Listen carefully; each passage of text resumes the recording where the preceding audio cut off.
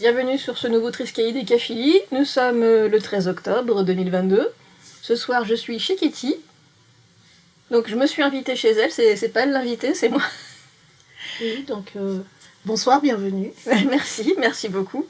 Et donc ce soir, elle va nous lire un extrait des Confessions d'une séancière. Donc j'ai choisi de lire Tisse à Petit, qui est donc un extrait de Confessions d'une séancière. Et dans Confessions d'une séancière, il y a toujours un après.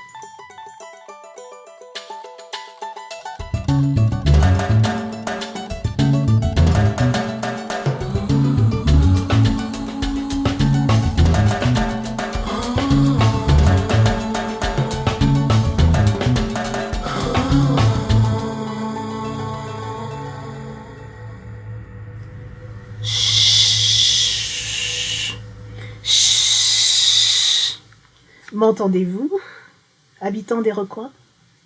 Voulez-vous un chez vous, sans les cris, sans les chiens, de ces êtres debout que traversent vos mains? Chut. Chut. M'entendez-vous, anciens esprits défunts? Venez, silhouette floue, je connais le chemin, vers une demeure où l'agitation prend fin. Chut.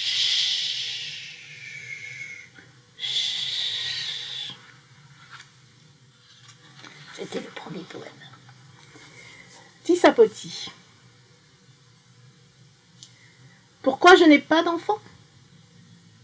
À tout autre, j'aurais demandé de s'occuper de ses affaires. Ou plus probablement, j'aurais affirmé que c'est parce que je n'ai pas trouvé un père qui soit à la hauteur. Mais à vous, je peux le dire. C'est à cause d'une expérience assez désagréable qui m'arriva au cours de mon adolescence. J'avais 14 ans et j'étais alors une jeune fille enjouée, toujours joyeuse, optimiste et agréable. C'est après les événements que je vais vous conter que mon caractère s'est gâté en quelque sorte. À cette époque-là, cependant, j'étais charmante et j'adorais les enfants. Par principe, tous les enfants. J'étais naïve et je n'avais pas besoin de connaître un petit pour l'aimer immédiatement. Quand j'y pense, c'était assez peu rationnel. Tout ce qui avait en dessous de 10 ans recueillait ma sympathie et je me proposais souvent pour garder les enfants du voisinage quand leurs parents devaient s'absenter. Mon amour pour les enfants ne datait cependant pas de cette période. Je me souviens des dizaines de poupées dont je m'occupais dès mes 3 ans. Chaque bébé de caoutchouc avait son nom, sa personnalité, ses préférences. Je jouais très sérieusement, persuadée d'accomplir une mission d'exception. Mes parents s'amusaient de cette passion qu'aucun d'eux n'avait cherché à susciter en moi. Ils me laissaient faire et m'offraient les cadeaux pour lesquels je montrais le plus d'intérêt. Des poupons, pleureurs ou muets, avec des yeux dessinés ou mobiles, avec des corps en chiffon ou en plastique, membres fixes ou articulés. Mon amour des petits humains faisait partie de moi. C'était ainsi. Néanmoins, je les aimais sans angélisme. Je mesurais le désagrément des pleurs inexpliqués, de la bave, des couches, de leur grande fragilité. Quand on me demandait ce que je voulais faire plus tard, je répondais invariablement « m'occuper des enfants ». De tes enfants? Oui, les miens, et aussi ceux des autres gens. Alors on voulait savoir combien j'en aurais. Le chiffre variait entre 3 et 7, jamais moins. J'attendais seulement mon heure, et elle avait sonné cette année-là, l'année de mes 14 ans. J'avais eu mes règles et les avertissements de rigueur. Mon appareil reproducteur se mettait en route, mais il n'y avait aucune urgence à l'utiliser. Mon corps devait encore mûrir. Je faisais du babysitting, quelquefois tard le soir, pour des mamans du quartier qui en profitaient pour sortir danser entre copines. Une nuit que je rentrais d'un pas rapide et tête baissée, drapée dans une tenue assez ample et sombre pour me fondre dans l'obscurité, j'entendis des pleurs lointains. Mes perceptions s'accordant à mes intérêts, j'avais discerné ce son qui aurait échappé à n'importe qui d'autre. Un bébé pleurait quelque part. Forcément, ça me concernait.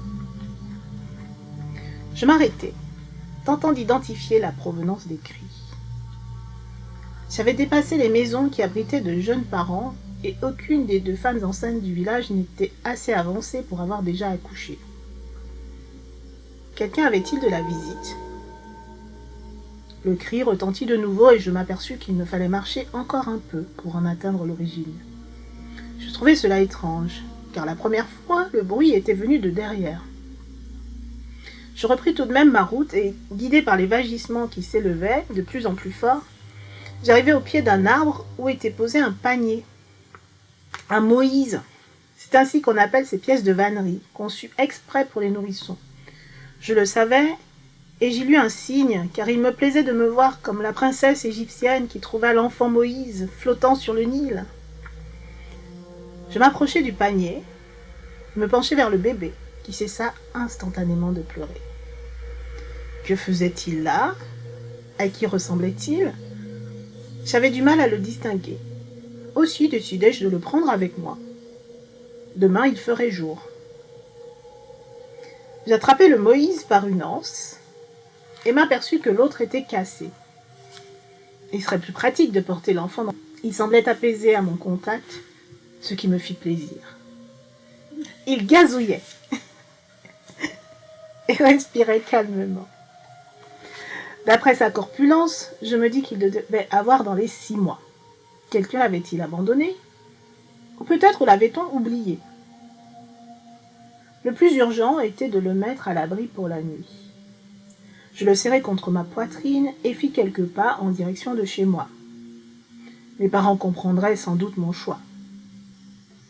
Il me sembla alors que le bébé pesait plus lourd sur mon bras et glissait vers le bas. Je devais être bien fatiguée.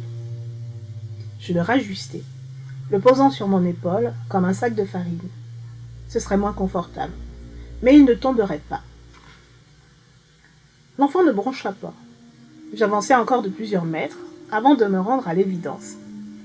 Cet enfant s'alourdissait bel et bien. Il devait peser désormais dans les 8 kilos. D'ailleurs, il occupait bien plus de place que lorsque je l'avais recueilli. J'aurais dû poser l'enfant et m'en aller en courant. C'est ce qu'aurait fait n'importe qui avec une once de raison. Mais je n'étais pas n'importe qui. J'étais la mère de tous les enfants, même les plus improbables.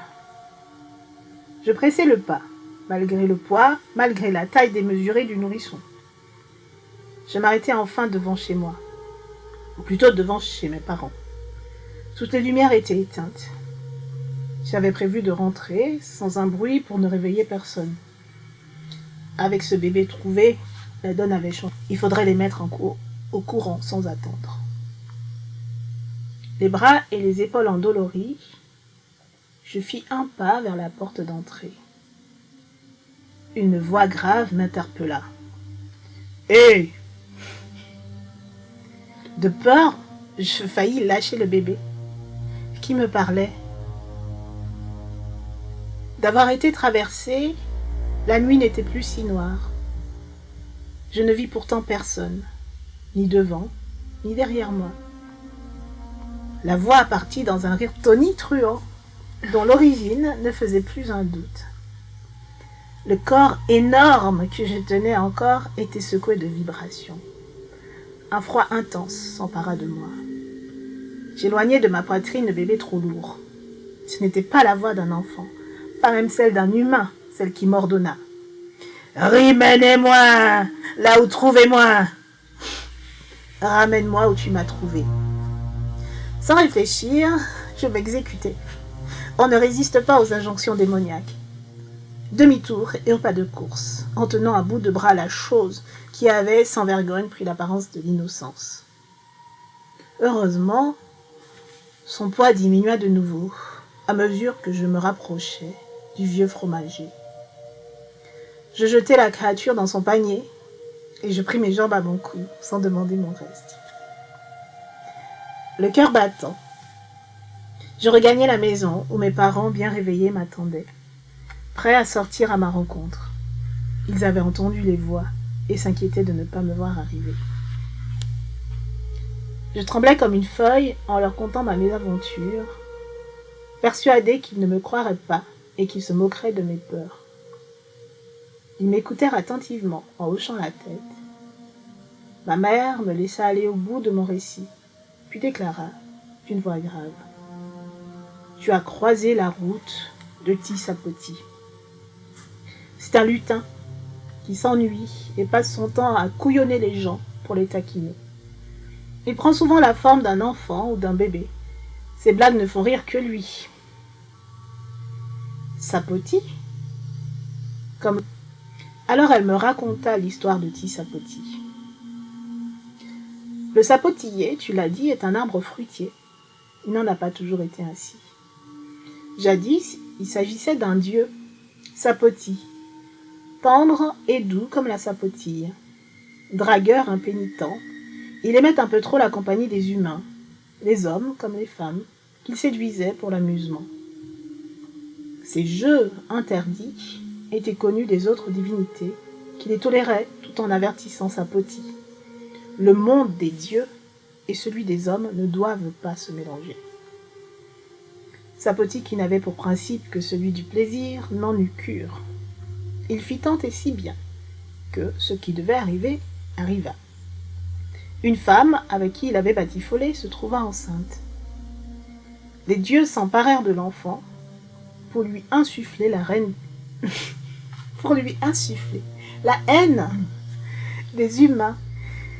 Ils transformèrent Sapoti en arbre fruitier, puis lâchèrent dans la nature sa progéniture, la créature facétieuse, mi-homme, mi-dieu, que l'on connaît désormais sous le nom de Tissapoti. Puis elle m'expliqua: « Nous allons brûler tes habits, ce qui va effacer son odeur sur toi. Demain, je me rendrai à l'église pour prendre un peu d'eau bénite, afin de te donner un bain démarré. » Démarré, ça veut dire quoi? On va te frictionner avec l'eau bénite et quelques plantes choisies pour desserrer l'emprise maléfique. Après ça, tout ira très bien. Ma mère savait quoi faire et sa détermination me rendait me coucher sans angoisse. À peine m'étais-je endormie que la fièvre s'empara de moi. J'étais agitée et prise dans des rêves de feu et de sang qui n'appartenaient pas à mes univers oniriques habituels. Plusieurs fois, je sentis la caresse humide d'un gant mouillé sur mon front. Ma mère me murmurait des mots que je ne comprenais pas. La fièvre tomba, finalement, au milieu de l'après-midi. J'avais des courbatures et une migraine de tous les diables, mais je pus enfin quitter le lit. Seulement, je n'étais plus la même. Ma joie communicative avait fait place à une mélancolie tenace. Je ne traversais plus le monde qu'en état d'extrême vigilance. Le changement le plus remarquable résidait dans ma terreur panique des enfants. Je les évitais comme la peste. Il va sans dire que j'arrêtais le babysitting et que je ne sortis plus seule le soir. Et donc le poème qui suit. Maman Vierge Marie, qui règne sur les eaux, toi qui donnes la pluie, toi qui commandes au flot, toi par qui tout fleurit, délivre cette fille. Son ventre est un tombeau, qu'elle porte enfin le fruit de l'amour sous sa peau. Et voilà. Et voilà, fin de la lecture. Et donc, voilà, les cœurs partout, bravo. Hormis des petits bafouillages qui étaient plutôt rigolos, en fait, c'était parfait. J'ai réussi à ne pas partir en fou rire.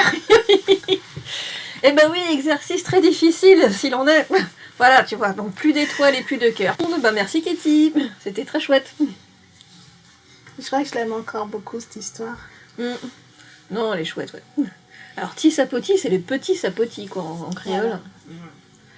En fait, c'est petit, et pas juste petit, c'est l'enfant d'eux aussi. D'accord. Mon père s'appelle Claude, et il y a des gens qui m'appelaient Claude. Ok. Enfin, c'est quand tu ressembles à ton parent, sinon ça marche pas. D'accord. Donc, Fran, elle est trop cool, cette histoire. Donc, confession d'une séancière. Séancière, c'est quoi? C'est pas quelqu'un qui anime les séances. Alors, c'est quelqu'un qui se livre à des séances de. Et de, ça peut être à peu près tout ce qu'on veut. En fait, c'est l'équivalent des sorcières aux Antilles, en Martinique en tout cas. Oui, aux Antilles, en Guadeloupe aussi. Et donc, ça va être la guérisseuse, mais ça va être aussi la personne qui va donner des conseils. Donc, des conseils pour que ça se passe mieux avec ton compagnon. Voilà, quelqu'un qu'on va voir et qui va vraiment résoudre des problèmes. En fait, c'est vraiment le rôle de la sorcière dans un village, quoi. Et qui donc connaît les plantes et qui... Il prodigue les bains des marées. C'est rigolo de dire Fran, on a le même truc en Grèce quand un enfant ressemble à son parent. Ah bah tiens, Leto dit que c'est une de ses histoires préférées dans les confessions. Enfin, Leto alias Stéphanie Chaptal, n'est-ce pas? Oui, et j'avais identifié. On m'appelait Petit Évangile. Et donc, Et Fabrice, moi, on m'appelait Petit Con. Ouais, alors, je crois que c'est assez courant. Quand même, pour expliciter la blague de Fran. Mais il faudrait qu'on boive, je pense. Alors, on boit de la tisane. Je sais pas s'il y a que du gingembre et du citron dedans. Si. Hélas. Et donc, Fran, c'est quand même la fille de Myriam et de Évangile. Et donc, quand tu fais un livre qui s'appelle Évangile selon Myriam, tu as l'impression que, voilà... En fait, ouais, je sais pas, Fran a popé depuis que t'as écrit ce livre, c'est ça. En fait, elle n'existait pas avant. Ah, mais c'est vrai, ça? Ouais, on se connaissait pas avant. Ah oui? Ah ouais? Je vais y réfléchir. On va réfléchir. Il y a une idée de roman ou de nouvelle derrière tout ça. Titi Pierre, du coup. Titi Pierre. Je suis un tulpa. Oui, ça se pourrait. Je ne sais pas ce que c'est un tulpa. Un tulpa, c'est une espèce de manifestation psychique qui se matérialise. Hop là. Hop. Tiens. Voilà. Bon bah santé, hein. Nous on n'est pas à la télé. Je crois en toi, Fran. Je crois en toi. En toi. Ne lâche pas. Je crois qu'on est très nombreux à croire en toi, donc c'est pour ça que tu te manifestes de façon aussi, de plus en plus flamboyante, je pense. Tu m'avais posé une question en fait. Donc une séancière. Voilà, et donc tu as expliqué que c'était un peu la sorcière, la conseillère matrimoniale, enfin bon, elle a un rôle assez divers et varié. Et surtout en Martinique. D'ailleurs, ce recueil de contes, c'est surtout des contes martiniquais. Alors oui et non. Dans le contexte. Une grosse partie... Alors, je n'ai pas compté combien. Mais une partie de ces textes, ce sont des histoires qui circulent, que j'ai reprises. Et quand je dis reprises, c'est comme reprisées, en fait. D'accord. J'ai retravaillé pour les rendre actuels et puis pour y mettre des trucs que j'avais envie d'y mettre, en fait. Donc, dans certains textes, on voit une défense de la place de la femme dans la société. C'est pas vraiment ce qui ressort du texte d'origine, en fait, des histoires d'origine. Et puis il y a des... Tissapoti. Il y a un personnage qui s'appelle Tissapoti, qui est un petit lutin, qui fait des farces, et c'est tout. Tout le reste, c'est moi. Mais il est beaucoup moins effrayant, finalement, que celui de ton histoire. Il peut être plus effrayant. Alors ça se confond aussi avec des personnages qu'on retrouve dans certaines légendes africaines avec les pieds à l'envers. Ouais. Donc ceux qui marchent avec les pieds qui sont inversés. Donc du coup tu peux pas les suivre. Enfin. Oui, parce que tu crois en fait que tu les suis alors qu'ils sont en train de se barrer dans l'autre sens, quoi. Et donc essentiellement le personnage d'origine, c'est plutôt l'idée de tromper les gens et de les perdre dans les bois. Dans tous les pays, j'ai l'impression que les esprits ils adorent perdre les gens, que ce soit les fantômes irlandais, certains esprits qui les emmènent dans les marais. Mais c'est ce qui m'intéressait aussi dans ce travail. J'ai choisi les Antilles parce que je connais, mais en vrai c'est pas les Antilles, c'est pas dit clairement. Il y a peut-être dans Sainte-Marie-de-la-Mer, il y a la commune de Sainte-Marie qui est vraiment une commune en Martinique. Mais c'est l'île de la Séancière, parce que la Martinique, ça fait plus de 20 ans que j'y suis plus, donc je prétends pas connaître ce qui s'y passe et comment les choses s'y passent. Et puis même quand j'y étais, j'avais un rapport un peu particulier. J'étais un peu enfermée dans la religion, comme peut l'attester l'Évangile selon Myriam. Et donc, je crois qu'il y a aussi une nouvelle dans Faites demi-tour dès que possible. Oui, qui en parle aussi, et le retour au pays létal, j'ai pas un lien facile Ouais. aux Antilles, mais les contes, j'aime vraiment beaucoup. Et en fait, toutes les histoires qui sont là auraient pu se passer dans n'importe quel village du monde. Quand on regarde les contes, on retrouve quand même des choses semblables. Souvent les mauvaises rencontres, enfin les thématiques de la séduction qui est donc détournée du droit chemin. Ouais. Et puis le rapport à nos morts aussi, hein, c'est quand même ça qui revient souvent dans le surnaturel.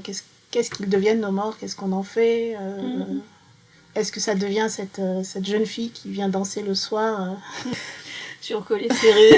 C'est ça, ou est-ce que c'est un fantôme qui vient hanter une maison, enfin voilà, cette histoire de la maison hantée, elle est la maison d'occasion d'ailleurs.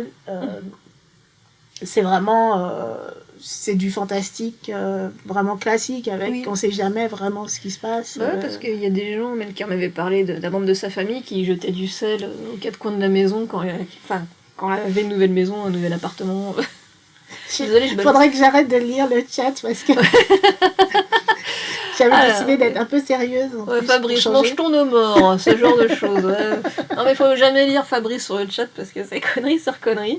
Mais je suis sûre qu'il fait ça exprès pour nous déconcentrer. Oui, j'en suis. Parce qu'on était tellement concentrés à la base aussi. Ouais, hein. Vous êtes pas du tout. Donc voilà, et en fait, il y a quand même un gros malentendu sur ce texte et qui m'a rendue très triste. Ouais. Parce que j'ai vraiment voulu travailler la matière des contes et travailler le côté universel des contes en le situant dans un endroit que je connais bien, mais en me disant je le fais, mais avec la possibilité de s'échapper et en abordant des thèmes très, très modernes. Visite de plume le chat. Voilà. Et en fait, beaucoup de personnes ont reçu ce texte comme « Oh, enfin, la petite noire, elle se décide à faire un truc exotique, c'est trop merveilleux, ça me rappelle mes vacances à la plage et tout. » Sans aller au-delà, et hyper décevant parce que j'ai bossé quand même. Oui, surtout qu'en fait, tu changes 2-3 aspects de l'histoire, le nom des arbres fruitiers, etc. Et tu peux avoir un conte, je sais pas, norvégien ou autre, enfin bon. Mais du coup, j'ai eu quand même...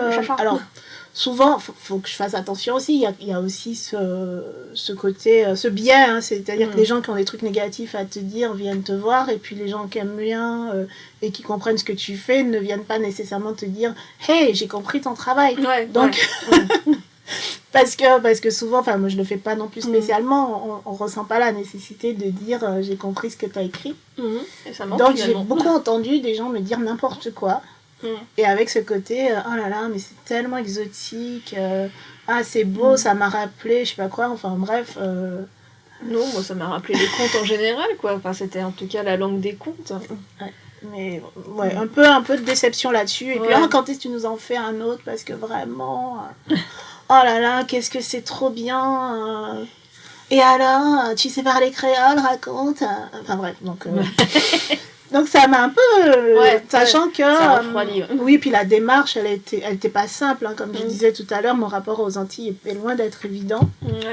Et ces histoires, ce qui m'en restait, les souvenirs qui m'en restaient, c'est des histoires que j'ai un peu attrapées... en regardant par les trous de serrure, quoi. C'est pas ce que ma famille aimante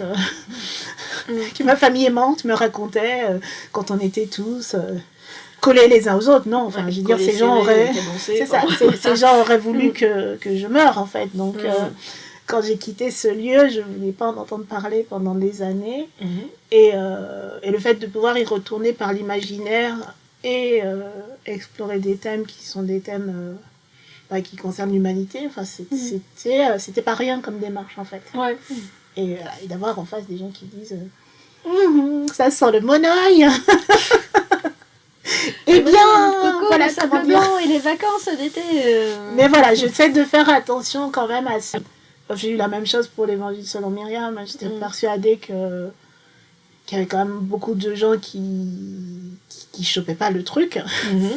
Bon, il y a quand même des personnes pour voter pour que j'ai un prix, donc probablement... Parce que, attention, le prix René Yenné. Après, il est pas exclu que les gens aient voté pour de mauvaises raisons, mais c'est pas grave, c'est bien, vous avez bien fait. Ou alors, parce que bon, le principe du prix René Yenné, en fait, c'est que tout bouquin tout roman ou recueil de nouvelles imaginaires sorti telle année est éligible. Et après, ceux qui sont répertoriés. En plus, moi, je m'étais Oui. complètement désintéressée du prix parce que, en fait, depuis quelques années, j'ai quand même beaucoup de sorties en nouvelles. Et c'était pas répertorié. Ça me fatiguait de me dire, écoute, tu vas pas réclamer à être sur la liste, puisque de toute façon, t'auras pas le prix. Et c'est pas grave. Si on t'oublie, ben on t'oublie. Et puis bon, on n'écrit pas pour les prix, hein, forcément. Exactement. Voilà. Donc, je m'attendais à rien. Alors, il y a aussi ce truc de oh, elle a enfin écrit un vrai livre, tu vois. C'est un gros livre. C'est pas des petites nouvelles, c'est un vrai livre. Bon, donc du coup, ça dit aussi quelque chose sur enfin, elle est devenue grande, mais non, j'adore toujours écrire des nouvelles et voir des micros. Évidemment que. Bah oui, voilà. Allez, prochainement le prix Pépin. Écoute, je le write ever. Bah oui, c'est pas des micro-nouvelles, ça. Bah oui, carrément, le write ever, là. T'en es à combien? Enfin, ça fait quoi, plus d'1 an, là? Ça va faire 2 ans en novembre. 2 ans, c'est pas mal. Ouais, ça va faire 2 ans et en fait, l'année dernière, j'ai fait une présentation à des étudiants, leur prof qui m'avait demandé de venir exposer mon travail.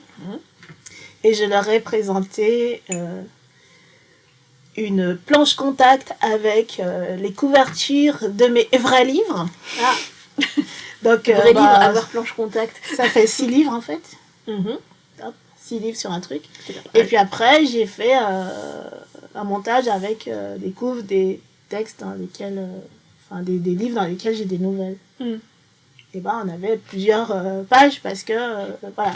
Oui. Et donc c'était mon entrée en matière pour leur dire voilà, il y a des personnes, et ça je corrige régulièrement, des gens qui me demandent de participer, donc soit à un festival, soit à une anto, soit à une revue, et qui vont répertorier les vrais livres. Alors que je m'éclate à faire tout le reste, et que un recueil, j'aime bien faire ça, mais c'est fait de textes qui ont déjà une existence et dont je suis très contente en fait. Donc, qu'est-ce qu'on a contre les nouvelles? Mais voilà, du coup j'avais fait une défense de la nouvelle en leur présentant un peu mon travail à travers les nouvelles et les thèmes de la science-fiction, parce que finalement j'en touche beaucoup, les thèmes de la science-fiction dans mon travail de nouvelles, en leur disant voilà, on peut continuer à considérer que il y a les vrais livres et les faux livres, mais ça commence à faire du volume. On considère ça. Enfin, tu sais, il y a l'histoire de la fausse littérature et de la vraie littérature et toutes ces conneries. Donc, Fabrice a offert l'évangile à sa fille, et du coup, elle a renoué avec la lecture. Dis donc. Grâce à l'évangile, ça fait plaisir. Je rajoute ça dans mon CV. Et oui, la fille de Fabrice a renoué avec la lecture grâce à l'évangile. Non, quand je ferai manquer d'ailleurs les flyers de Marabout. Ah oui. Quand je ferai. Je connais des gens qui les accrochent à leur porte de chiottes. Ça fait de la lecture. Non, tu verras, les toilettes, c'est un autre style. Ah, ok. C'est d'autres flyers. Donc, quand je ferai mon flyer, je mettrai retour de la lecture. Oui, retour de la lecture aimée. On fera un vrai livre, mais wesh, le respect, il est tellement dead, oh my god. Vas-y, comment tu parles comme une Jones? C'est une Jones, je crois bien. Oui. Même pas 30 ans, mais ben. Alors Leto, l'histoire de Tisapoti, c'est une histoire de changeling. Tu en as en Europe, en Asie, Kaguya au Japon, dans les Amériques et en Afrique. Je t'aime Stéphanie. Je sais pas pour l'Océanie, je connais pas bien leur mythe. Mais oui, effectivement. Mais c'est dingue, quand t'as une tranche comme la mienne, les gens ont envie de considérer que tu fais petit en fait, que t'es pas capable de sortir de ton île, tu vois, ou de ton cocotier pour ceux qui vont encore plus loin. Ouais. Et que forcément, on m'a demandé à quel point c'était autobiographique. Pareil que tout le reste en fait. Bon, après, c'est le genre de questions qu'on pose toujours à n'importe quel écrivain, la dose d'autobiographie, mais toi, plus souvent, en fait. Ouais, aux femmes. Observe. Ok, j'observe. Plus les femmes, plus les femmes noires. D'accord. Alors, je connais pas beaucoup de femmes noires handicapées qui écrivent, ce qui est bien dommage, mais je suis sûre que c'est une dose en plus, quoi. Ouais. Donc, il y a vraiment ce truc que, comme tu es dans une place un peu particulière dans la société, tu n'as pas de vision, en fait, sur le reste du monde, et que tu ne peux pas sortir... Voilà, c'est... Je raconterai off des anecdotes à ce sujet, mais des trucs assez incroyables où non, on s'en fout en fait. c'est de la fiction, c'est de la fiction. Si tu veux savoir par curiosité, pour pouvoir écrire toi ou machin, non, mais c'est souvent pour te réduire à quelque chose parce que tu n'es pas capable d'imagination, tu n'es pas capable... T'es pas capable d'écrire des trucs là toute seule. Voilà. L'avenir de l'univers, bah oui, moi ça m'intéresse l'avenir de l'univers. Mais voilà, mais c'est autobiographique.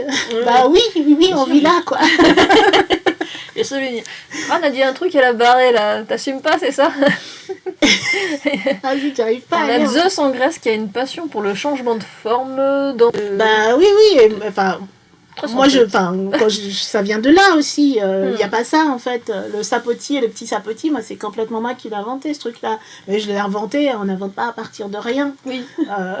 J'ai lu des trucs, je me suis intéressée à des civilisations c'est quoi, les diverses. C'est quoi ce... J'arrive pas à le lire, le truc de Calicantzaris. C'est grec. C'est les lutins de Noël, ça, non? Zaroy, ah bon. Ah, Zaroy, ne pas prononcer... merde, je l'ai fait. Zut, désolé. Je vais me taire. Tiens, si je buvais un peu de tisane.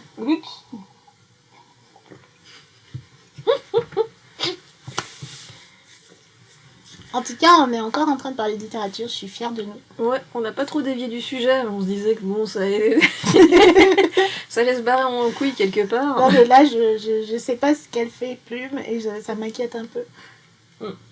C'est bon. Donc revenons au Triska. Oui, parce que le chat, c'est... Bon, il y a le chat qui est ici, là, et qu'est-ce que tu fais? Tu frottes ton cul contre le rideau?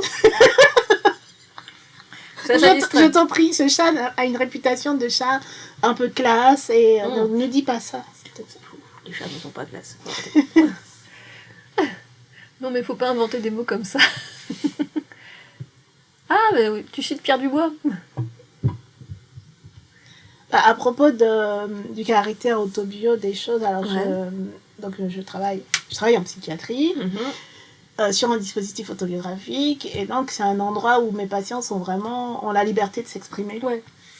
Et donc la dernière fois, donc mardi dernier, sur le prix Nobel de Annie Ernaux, donc qui fait de l'autofiction, il y a eu une violence de la part d'une des femmes qui était là de dire mais c'est n'importe quoi, elle n'est pas capable d'écrire autre chose que sa vie.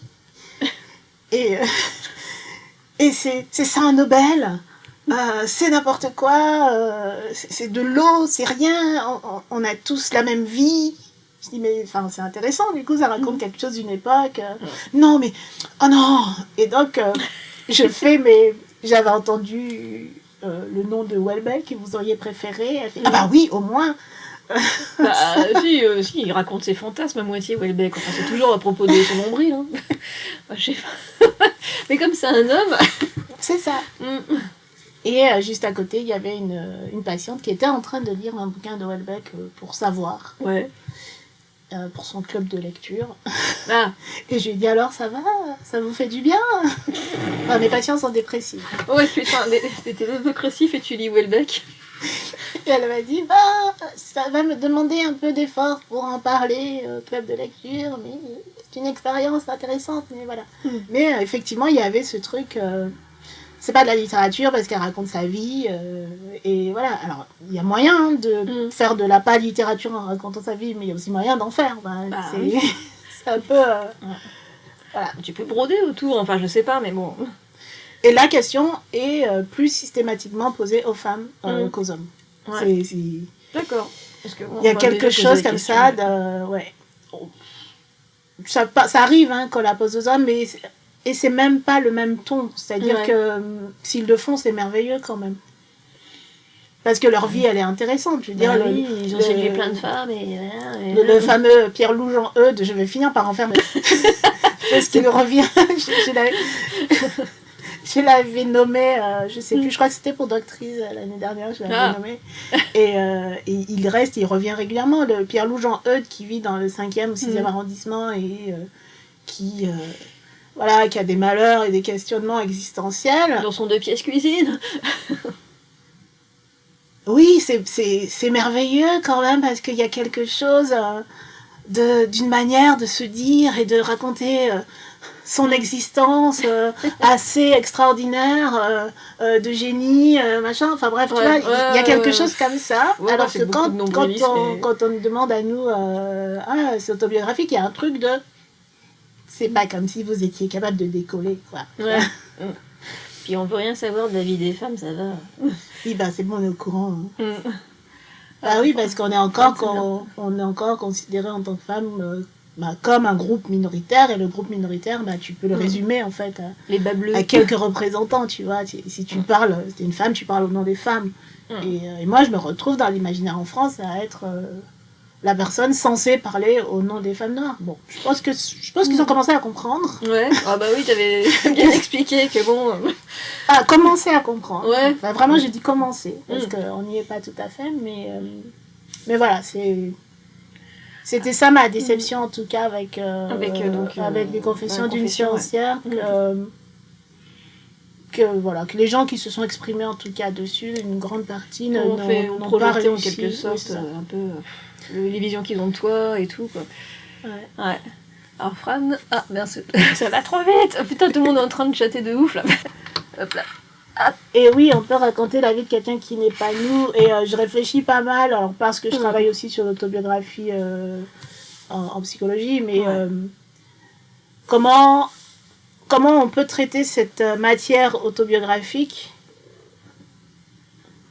de manière consciente. Il y a des choses inconscientes qui vont se mettre, c'est forcément mon regard. Je raconte un truc, je raconte une petite gamine qui veut pas d'enfant, alors oui, les gens qui me connaissent, oh, coïncidence, elle veut pas d'enfant non plus, mais c'est pas du tout mon histoire. Oui, et c'est pas pour les mêmes raisons, et je pense pas que c'est en même temps, oui, en même temps, on peut trouver un petit bout d'explication traumatique dans mon envie de pas en avoir.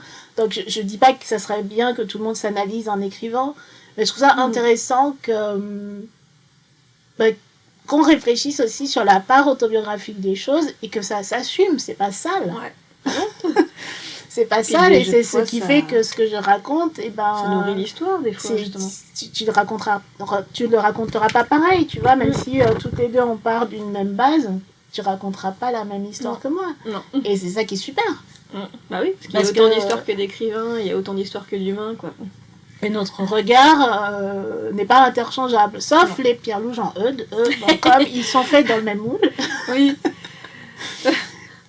Qui est le moule de on se définit pas parce qu'on est la norme. Parisien, mâle blanc. Désolé les mecs et les mâles blancs sur le chat. Hein, mais... Bah déjà ils sont là, donc peut-être ils sont un peu déjà différents. Ils sont... peut-être.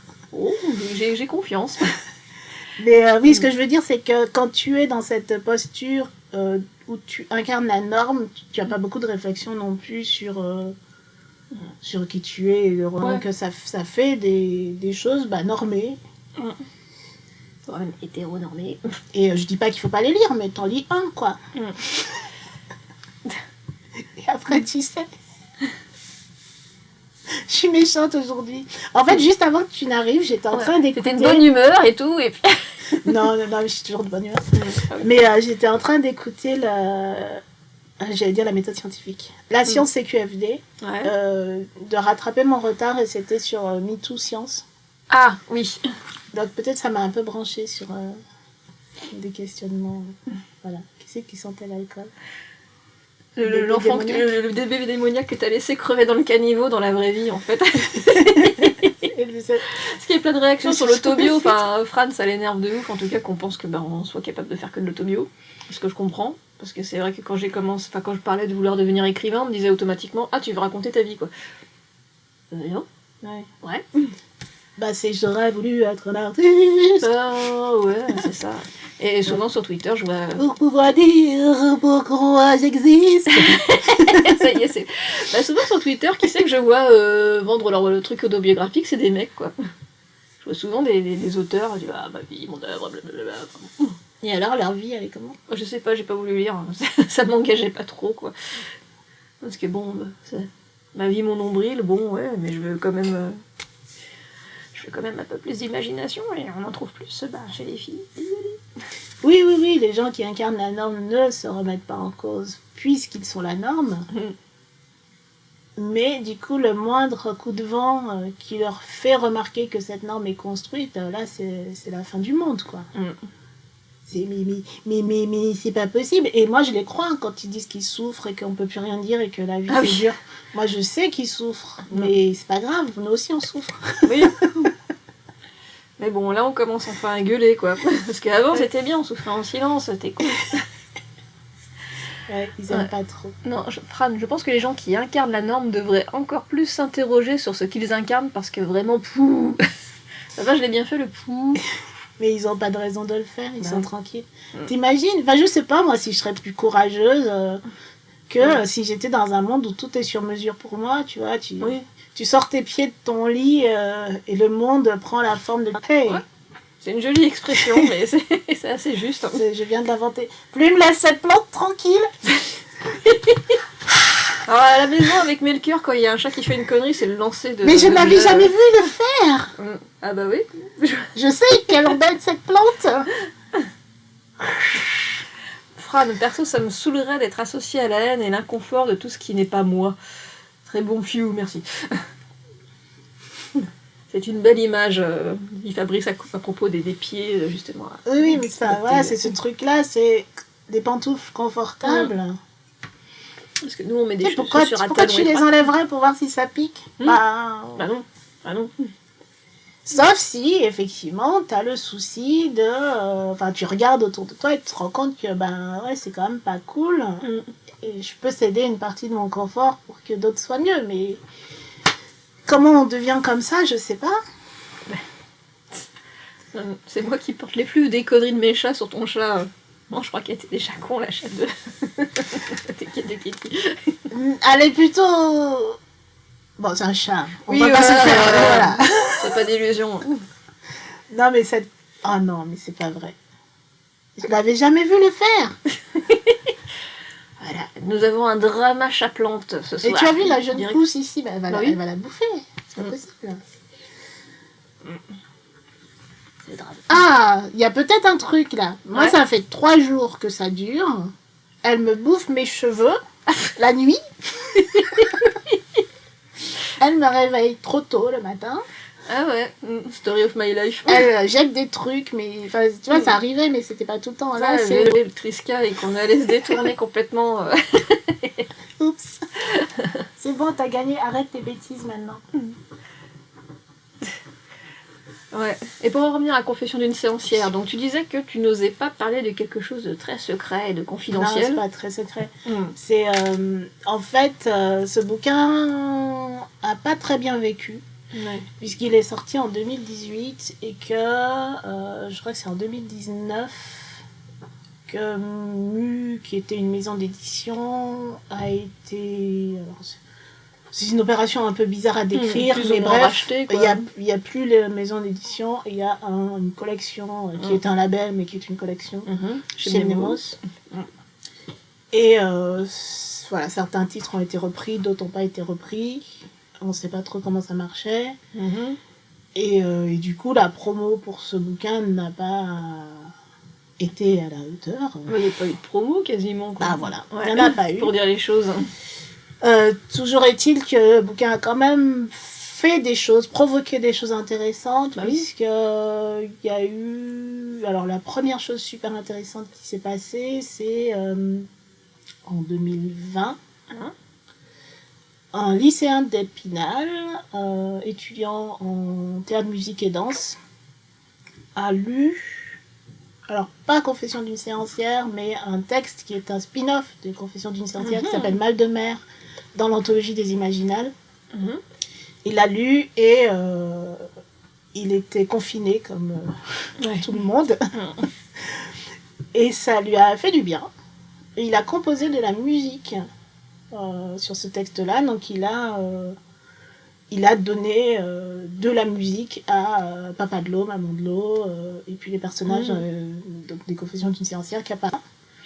Et il est venu me le dire aux Imaginales. Il m'a envoyé...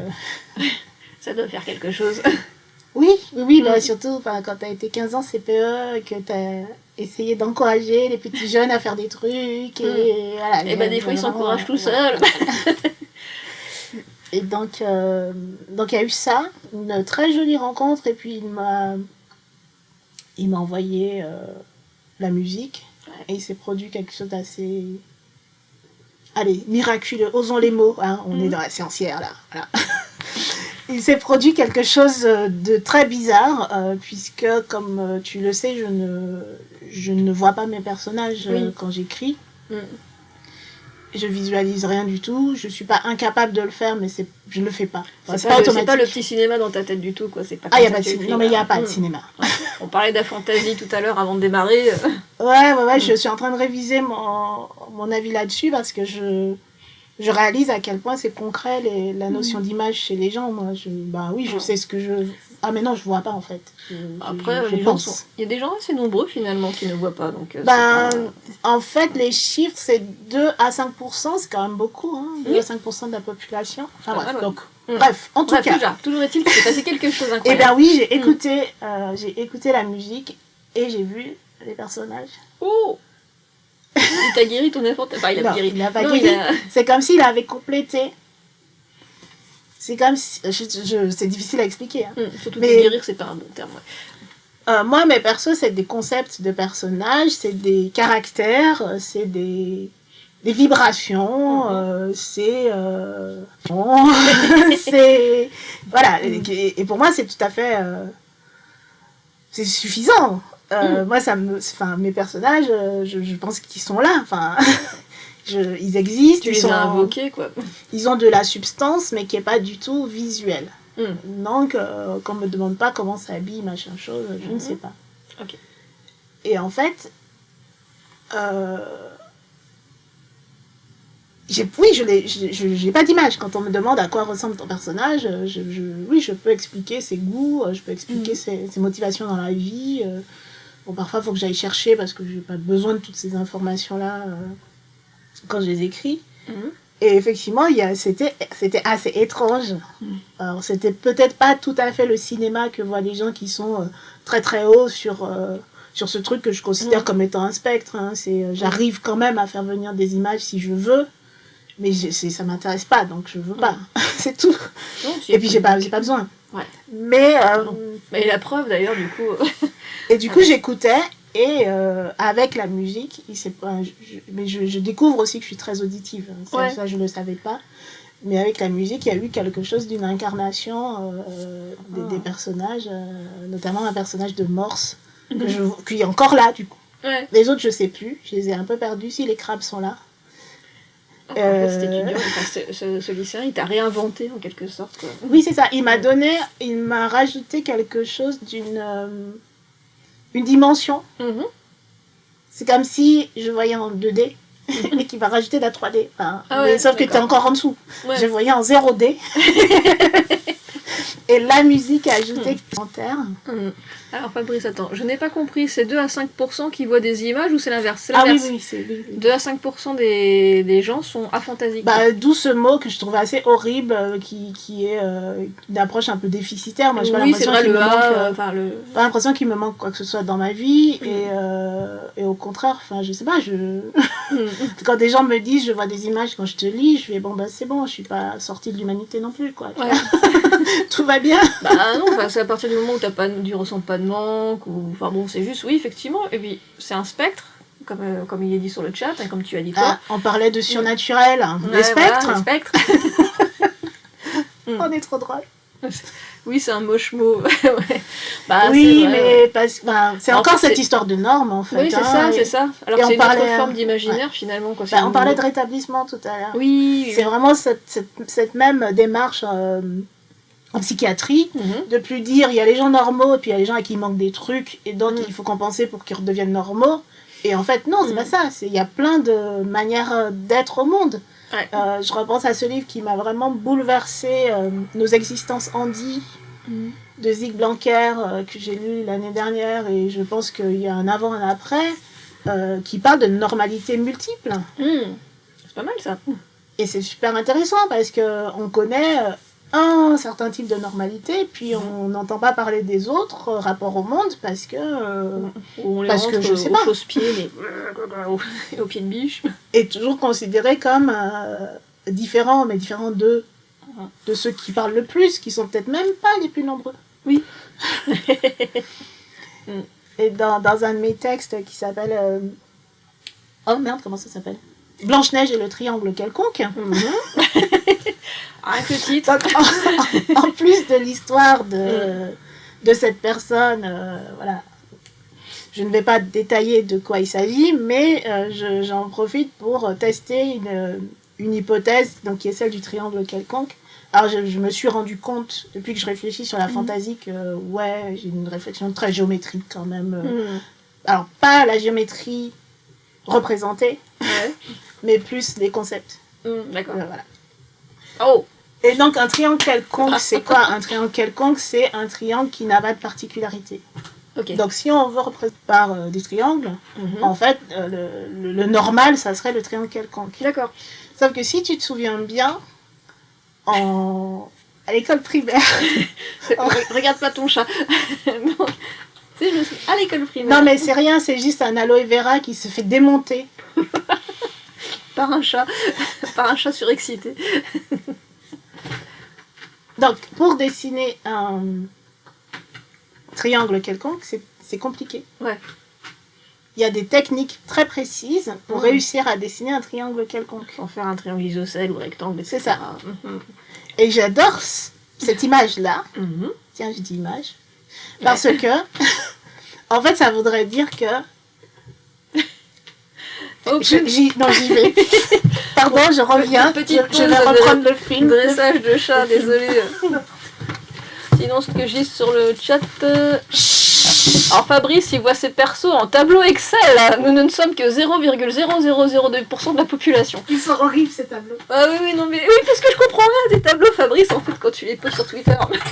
Ils sont affreux. Ça me file des angoisses. Mais ils sont colorés, tu vois. Oui, voilà. Donc, ça y est, on a vexé Fabrice. Il va réacheter là. Mais ça m'amuse. Enfin, j'aime bien, ça m'amuse. Bah ouais, non, parce que c'est rigolo, tu vois. Bah, on parle justement des différentes façons de faire. Des différents, donc, triangles quelconques, pour revenir au triangle. Et donc, le triangle quelconque, finalement, en fait, c'est hyper compliqué d'être quelconque. C'est hyper compliqué d'avoir zéro particularité. Et en fait, on connaît personne de normal. Tu vois la personne qui a l'air absolument banale et tu discutes 2 minutes qui est particulier, tu vois. Et c'est ça ma théorie du triangle quelconque. C'est qu'en fait, les anormaux sont plus nombreux que les normaux. Sauf que c'est pas eux qui définissent la norme. Donc du coup, ils ont toujours... du coup, ils essaient toujours de se coller dans la norme, de rentrer dans une c'est ce qu'on leur demande aussi. Ouais. Ce qu'on leur demande, si on te dit si t'es pas dans la norme, tu peux pas manger, c'est diète, quoi. Ouais. T'as un peu faim. Et voilà, du coup, ça provoque des gens souvent malheureux. Je réfléchis là-dessus, tu vois, en me disant, effectivement, on n'a pas tous la même particularité. Bah, heureusement. Mais en vrai, même si moi, ce que je suis, c'est une intersection de plein de particularités, y compris des trucs hyper visibles sur lesquels on peut se gourer si on croit qu'on comprend. Mais j'ai ça en commun. Tu vois, je suis une femme, tu es une femme, on a ce truc-là en commun, et on peut se rencontrer là-dessus. Et c'est pas grave si t'as pas des cheveux aussi magnifiques que les miens, tu vois. Oh, bah ça suffit. Je sais que j'ai les cheveux raides, alors. Et voilà, tu as vraiment ce truc où tu te dis qu'en gros, on n'a pas besoin non plus d'être aux mêmes intersections pour essayer de se comprendre. Parce qu'on se croise quand même quelque part et tant qu'on arrive à se croiser, c'est super en fait. Ouais. Et voilà, et du coup, voilà, le normal, le triangle quelconque... Ouais, je sais pas, c'est une espèce de badine qu'on va abattre à tout bout de champ, mais bon, personne ne se... Enfin, c'est plutôt une machine à rendre malheureux et insatisfait, enfin bon... parce que tout le monde on est tous conscients de pas être dans la norme, et ça peut générer des grosses souffrances, en tout cas. Sauf qu'on le regarde à titre individuel, et c'est ça aussi qui fait la difficulté, c'est que t'es responsable du fait que t'es pas dans la norme, donc tu vas faire ce qu'il faut, tu vois, je vais aller faire du sport, et parce que je suis pas dans la norme, plutôt que de dire non, mais peut-être qu'il faut juste arrêter de pas donner du boulot aux gens parce qu'ils ont l'air gros, de pas, enfin, tu vois. Ouais. Mais ça, tu peux pas le faire tout seul. Et de se prendre pour leur to-bib en disant... tu peux pas le faire tout seul, et donc je dis, unissons-nous, triangle non quelconque, tu Ouais. vois. Triangle particulier, voilà, tous les triangles carrés. rectangles et tous les triangles isocèles. Et même les losanges, mais venez, quoi. Et qu'on leur dise que c'est bon, ça suffit. Ouais. Ça suffit, les triangles quelconques. Et comme dit Fabrice, oui, et quand tu encourages ton gamin à être lui-même, il y a une pression de le mettre dans la norme. Tu vas le mettre en décalage. En décalage par rapport à quoi? C'est par rapport à soi-même que l'on doit être calé. C'est joli ça. Tous les triangles en cercle. Voilà, nous avons résolu ce soir la quadrature du cercle. Et pour en revenir à la confession d'une séancière, Ah oui. donc la deuxième vie possible, parce que bon, vu comme elle a été Je vais pas en dire distribuée, plus parce que j'ai pas signé de contrat, mais il va revivre. Je pense que j'ai donné tous les éléments pour que Sherlock Holmes comprenne ce qui va se passer. Si je peux juste te dire que j'ai de nouveau écrit la semaine dernière et celle d'avant dans cet univers. Ok. Ah, c'est cool. Est-ce que ce sera rajouté à la réédition ou ça va être un autre volume? Alors nous allons laisser Sherlock mystère. faire 1 + 1 = 2. Puisque comme je n'ai pas signé de contrat, je n'irai pas plus loin dans mes déclarations ce soir, mais je suis très contente. C'est quand même une bonne nouvelle. Oui. Donc stay tuned, comme on dit. Oui, et puis ce livre en ce moment finit sa vie en tout cas dans cette édition-là. Et il l'a fini plutôt bien puisque c'est le sujet d'un atelier d'écriture que j'ai commencé avec des lycéens, pas Épinal. Et ça va être bien parce que du coup ils vont faire donc 2 restitutions du travail qu'on fait ensemble. La première c'est des nouvelles, alors on n'a encore rien écrit, mais voilà. Des nouvelles qui seront présentées fin novembre au salon du livre jeunesse afro-caribéen à Clichy. Et l'autre restitution, ça sera un podcast réalisé avec la Gaieté Lyrique, et ça sera des poèmes. Voilà, pas mal. La Gaieté Lyrique, c'est pas rien. Ouais, ils font des activités de podcast en fait pour les, les scolaires. Ils font pas mal d'activités de toute façon. Voilà, et j'avais pas fini d'ailleurs sur les belles aventures autour de Confession d'une séancière. Donc il y a eu l'année dernière aux Imaginales une mise en scène. Ah, il est déjà 20h. Une mise en scène d'un des textes donc, qui s'appelle Le Peigne, par ce même lycéen et une de ses copines donc, qui ont fait du théâtre ambulant. Mais oui, je me souviens, c'était donc sur ce texte-là. Et c'était Le Peigne, et j'allais dire que c'est un de ceux que j'aime beaucoup. En fait, je crois que je les aime vraiment tous. Il y en a 2, 3 que j'aime. Non, je suis pas à ce point-là en fait. Et puis c'est pas mes enfants. Ce n'est pas ses bébés, n'a pas accouché de Ah voilà, je m'étais dit, j'espère qu'on va pas parler de ça, parce qu'il y a des gens qui adorent dire que leur livre c'est des bébés, moi ça me rend dingue. Non, parce que moi, je les ponds et puis je les abandonne quoi. Comme le dieu de Descartes, là, je les de cette manière. Ouais. Tu sais, les pères célibataires de la littérature, ils abandonnent leurs enfants. Donc voilà, je ne voulais pas parler de ça. Mais... C'est des démons que tu as trouvés sur le bord de la route, c'est ça? C'est ça, tout à fait. Moi j'imagine toujours le bouquin, et heureusement que je visualise pas pour le coup. Mais rien que l'idée du bouquin qui te sort... Avec le cordon là. Ça me dégoûte qu'on dise qu'un livre est un babet pour un milliard de raisons. C'est cool ni pour les bébés ni pour les livres en fait. C'est surtout qu'en fait t'as un attachement un peu disproportionné à ton histoire, parce que l'histoire faut la laisser vivre, faut qu'elle la laisser voguer tout de suite. Non, puis c'est pas... Enfin, moi j'aime beaucoup les images, les métaphores comme ça, les modèles, les modélisations, mais quand ça te permet de penser quoi. Oui. Il faut enlever tous les attributs du livre pour que ça rentre dans cette image, donc ça marche pas en fait. Ah non. Il n'y a rien. Ça doit faire mal en plus. À part le truc j'ai passé du temps dessus. La souffrance elle est pas obligatoire, moi quand un truc me fait souffrir je le fais pas. Donc c'est réglé. Et puis le truc que ça sort de toi, mais ça sort pas de toi, t'es dans une société, t'es pas seul au monde, enfin c'est bon, je veux dire, on prend partout quoi. Oui voilà, tu t'es nourri de tellement de choses et puis t'as régurgité, je sais pas si c'est le bon terme non plus. Oui, et puis les affres de l'accouchement d'une œuvre, enfin pardon, mais je suis désolée, si ça vous fait si mal d'écrire, faites une thérapie et puis après écrivez quoi. Oui. Oui, faut faire les choses dans l'ordre.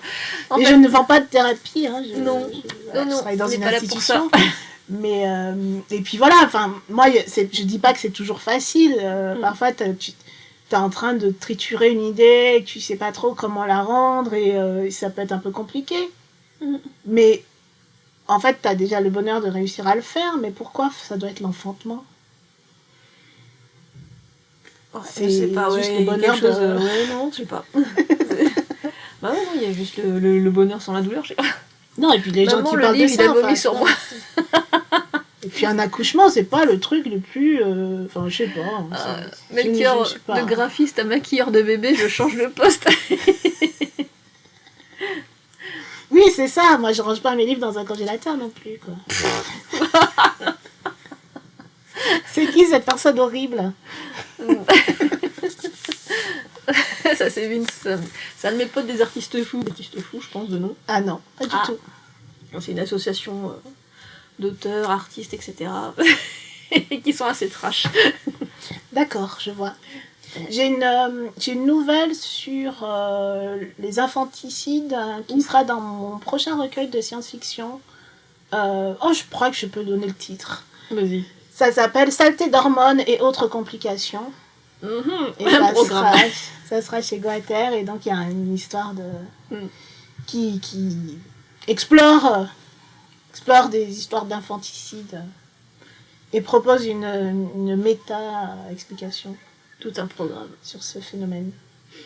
Ok, et bah ça c'est bon mot. On achève le Triski des Cafili, ça fait 1 heure, qui est passé à toute vitesse, j'en reviens pas, purée. Et bah merci Kitty. Merci à toi Nelly. Reviens quand tu veux maintenant que tu as le double de la clé. Non, je t'ai pas donné encore. Tu m'as pas donné le double de la clé, mais j'ai le code. Donc bah merci à tout le monde d'être venu. Bon désolé, j'ai pas trop lu le chat, enfin je le lisais discrètement. Je vois, ramène du ragot. Ah ouais, tiens, ramène du ragot. Mais oui, je vais ramener du ragot, t'inquiète. Il est tout seul à la maison, il est en train de se manger des restes de poulet et tout. Ouais, c'est vrai que c'est passé vite, ouais. Bah bisous tout le monde. Merci beaucoup. Ah bah tiens, il y a Elisabeth Ebouri qui est là et ça tombe bien parce que c'est l'invitée du mois prochain. Ah parfait, comme ça elle a vu comment ça se passe.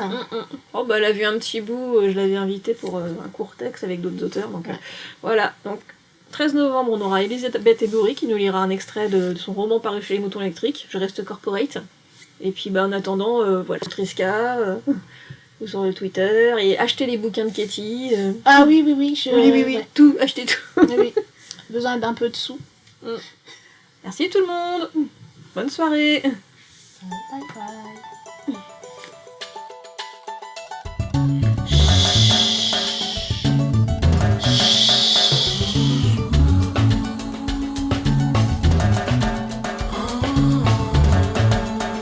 M'entendez-vous, anciens esprits défunts?